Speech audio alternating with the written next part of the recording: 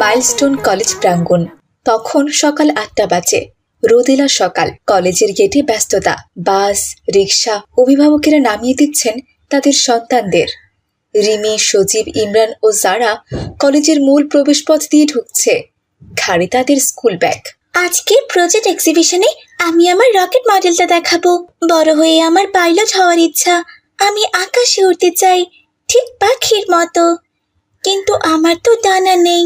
একদিন আমি আমার নিজের বানানো রকেটে করেই উড়বো। তুমি তো নিশ্চিত আজ পুরস্কার পাবে, আর খুব তাড়াতাড়ি তোমার ইচ্ছাও পূরণ হবে ইনশাল্লাহ।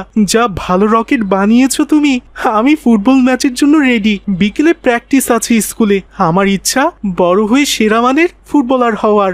এই দেখো সবাই, আমাদের স্কুলের নতুন বিল্ডিংটা আমি এঁকে ফেলেছি। একদিন দেখবে আমি খুব ভালো একজন সিভিল ইঞ্জিনিয়ার হব। মানুষের স্বপ্নের ঘর বাড়ি বানাবো। তোমরা সবাই স্বপ্ন দেখছো, আমিও তো স্বপ্ন দেখি। কাল রাতে একটা কবিতা লিখেছি আমি। কবিতার নাম আকাশের নিচে ছোট ছোট ছায়া। টিফিন টাইমে তোমাদের পড়ে শোনাবো, ঠিক আছে? আমার ইচ্ছা একজন বড় লেখক হওয়া আর সুন্দর সুন্দর কবিতার বই লেখা। এভাবে বাচ্চারা তাদের স্বপ্নের কথাগুলো একে অন্যের সাথে ভাগাভাগি করে নিচ্ছিল। এদিকে স্কুলের পাশেই উত্তরা বিমান ঘাঁটি। একজন নবীন পাইলট, তার নাম তৌকির আহমেদ। সেও স্বপ্ন বুনছে আকাশে ওড়ার। আজ তার ট্রেনিং এর শেষ দিন।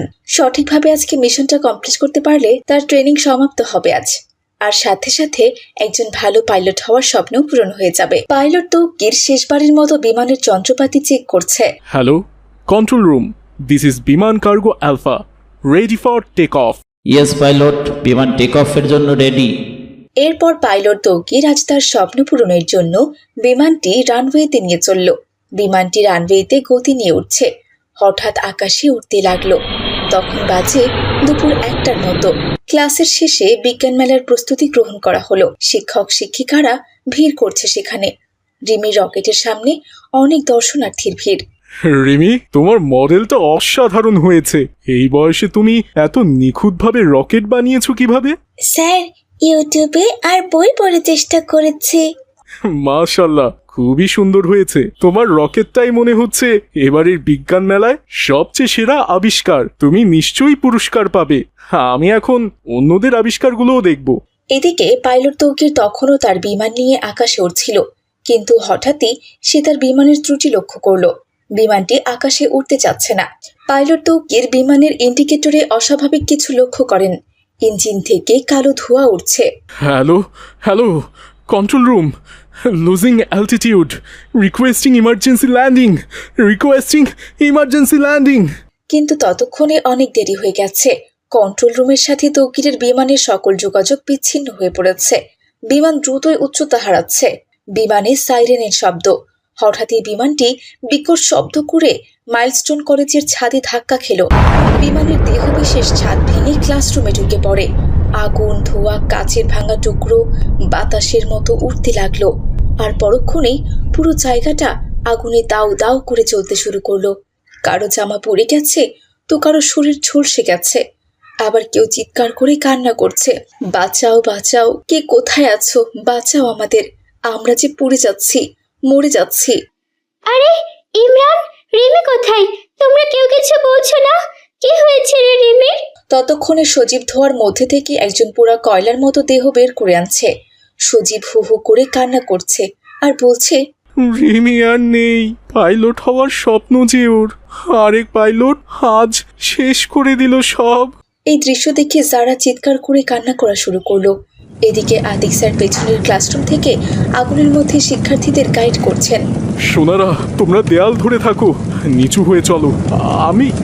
আমি দরজা খোলার চেষ্টা করছি। এভাবে মুহূর্তের মধ্যে সবকিছু শেষ হয়ে গেল। চারদিকে শুধু লাশ আর লাশ। হাসপাতালের করিডোরে সাদা চাদরে মোড়া কয়েকটি দেহ পড়ে আছে। পাশে দাঁড়িয়ে কাঁদছে অভিভাবকেরা। ওর মা বলেছিল স্কুলে ওর প্রজেক্ট ছিল আজ, সেজন্যই আমি সকালে তাড়াতাড়ি ওকে স্কুলে দিয়ে গেছি। আমি যদি জানতাম আজকেই ওর স্কুলে শেষ দিন হতে যাচ্ছে তাহলে আমি কখনোই আমার মেয়েকে স্কুলে পাঠাতাম না। লাশের দিকে তাকিয়ে সে বলছে, তুমি বলেছিলে একদিন আকাশে যাবে, দেখেছো ওই আকাশ কতটা নিষ্ঠুর, আজ তোমার জীবনটাই কেড়ে নিয়ে নিল রে মেয়ে। আমার মেয়ে সকালে বলেছিল আমি বড় হয়ে তোমার সকল দুঃখ গুছিয়ে দেব, কিন্তু মা এটা তুই কি করলি? এখন যে আমাকে তোর জন্য সারা জীবন চোখের পানি ফেলতে হবে মা। এভাবে লাশের সিঁড়ি দীর্ঘায়িত হচ্ছে, একের পর এক লাশ মর্গে জমা পড়ছে। এদিকে রিমির মা প্রেস কনফারেন্সে এসেছে, কণ্ঠে তার রাগ আর চোখে অশ্রু। আপনারা কি আমাদের ছেলে মেয়েদের শুধু একটা ফাইল মনে করেন? আমার মেয়ে মরলো কেন? আমি এর বিচার চাই, আমি এর বিচার চাই। হ্যালো কন্ট্রোল রুম, ইঞ্জিন 2 বন্ধ হয়ে গেছে। আমি হয়তো আর নিয়ন্ত্রণে রাখতে পারবো না। আমার স্ত্রীকে বলবেন আমি অনেক চেষ্টা করেছি, নিচে স্কুল আছে, ওই বাচ্চারা মারা যাবে আর আমি বেঁচে যাব। এত বড় গাদ্দারি আমি করতে পারবো না। আমি ওদের বাবা মার কাছে কী জবাব দেব? আমি ওভারফ্লাই করতে পারবো না। পাইলট তৌকিরের সদ্য বিবাহিত স্ত্রী আর মা একটি জীর্ণ বাসায় বসে কাঁদছে। মিডিয়ার চাপে তারা দরজা বন্ধ করে রেখেছে। আমার ছেলে ভিলেন না, আপনারা চলে যান। ইচ্ছে করেও কাউকে মারেনি, এটা একটা দুর্ঘটনা। আমি যে আমার ছেলেকে হারিয়েছি। আমার বাবা অনেক চেষ্টা করেছিল ছেলে মেয়েগুলোকে বাঁচানোর, কিন্তু ও যে পারেনি। ও নিজের জীবন দিয়ে প্রমাণ করে গেছে ও আসল হিরো ছিল। এতগুলো প্রাণ ঝরে গেল, কত স্বপ্ন তাদের। মাইলস্টোন কলেজের স্মৃতিস্তম্ভে তারা অন্ধকারে আলো জ্বালিয়েছে, আমরা সেই আলো দিয়েই পথ চলব। একটি জাতীয় ট্র্যাজেডি আমাদের হৃদয়ে রইবে চিরদিন। আজকের এই দিনটা যেন আমাদের বুকের ভেতরে হঠাৎ করে বাজ পড়ার মতো। বাংলাদেশের আকাশে নেমে এলো এক ভয়ঙ্কর অন্ধকার। একটি বিমান দুর্ঘটনায় আমরা হারিয়েছি আমাদের প্রিয় মানুষদের। কেউ ছিল বাবা, কেউ মা, কেউ সন্তান, কেউ বা সহকর্মী বা বন্ধু।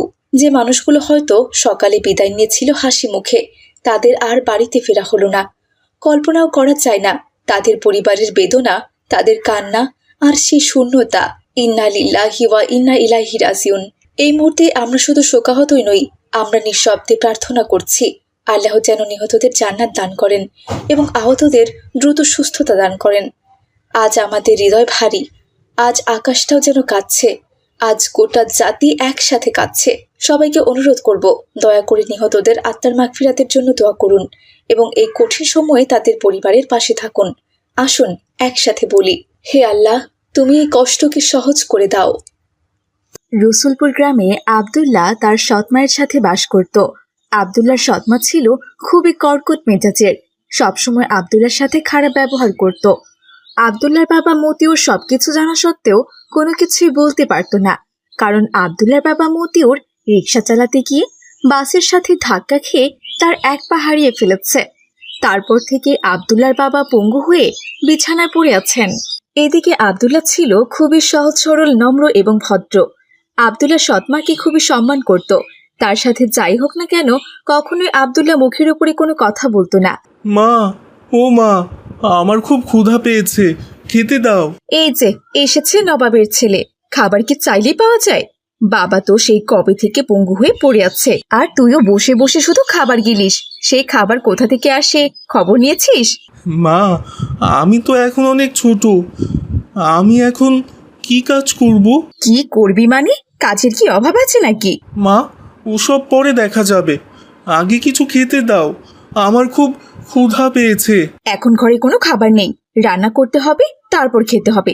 আর তুই যদি কোনো কাজ না করিস তবে কোনো খাবারও পাবি না। এখন কাজ করলে কর, না করলে বাসা থেকে চলে যা। এই বলে আব্দুল্লাহ সৎমা সেখান থেকে চলে যায়। আব্দুল্লাহ মন খারাপ করে বাসা থেকে বের হয়ে যায়। যেতে যেতে আব্দুল্লাহ একটা নদীর ধারে গেল, আর সেখানে গিয়ে দেখলো একটি গাছে অনেক কাঁঠাল ধরে আছে, আর কাঁঠাল গাছ থেকে কাঁঠাল পাকার ঘ্রাণ ভেসে আসছে।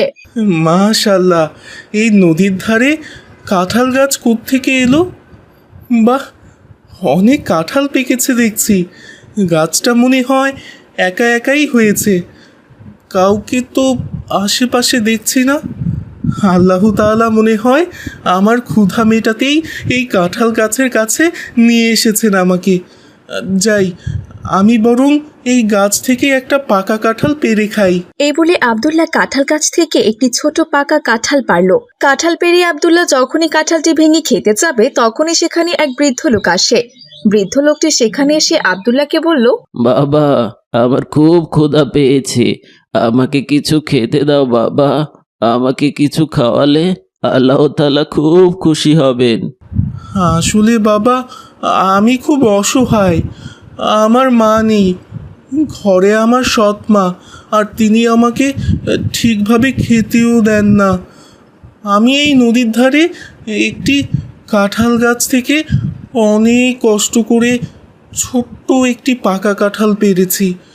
এই কাঁঠালটি ছাড়া আমার কাছে আর কিছু নেই।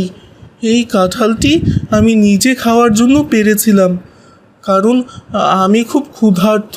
তুই তো জোয়ান মানুষ রে বাবা, তুই সারাদিন না খেয়ে থাকলেও তোর কিচ্ছু হবে না, কিন্তু আমি তো বৃদ্ধ হয়ে গেছি।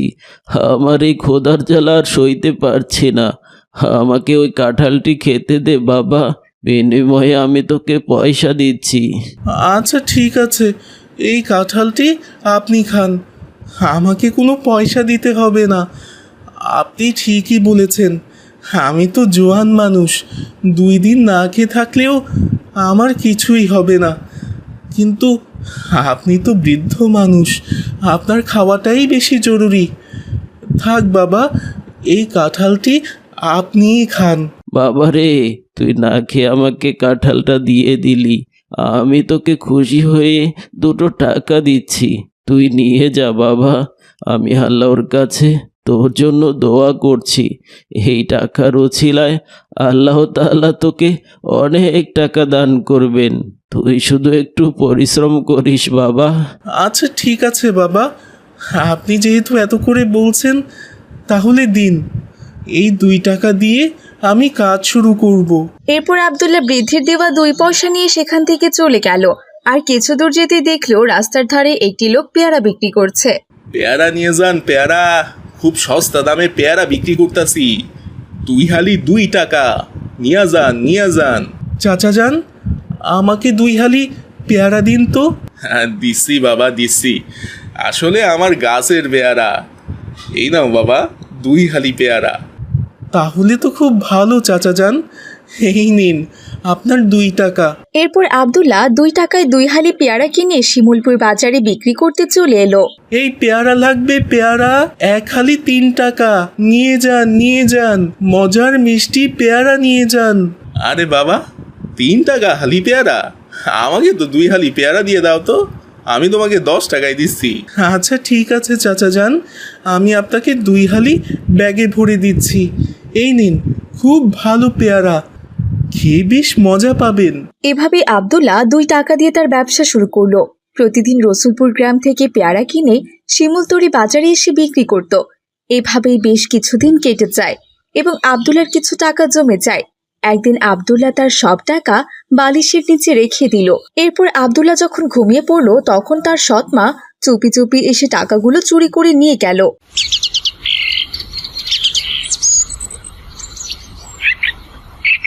ঘুম থেকে উঠে আব্দুল্লাহ দেখলো তার বালিশের নিচে কোনো টাকাই নেই।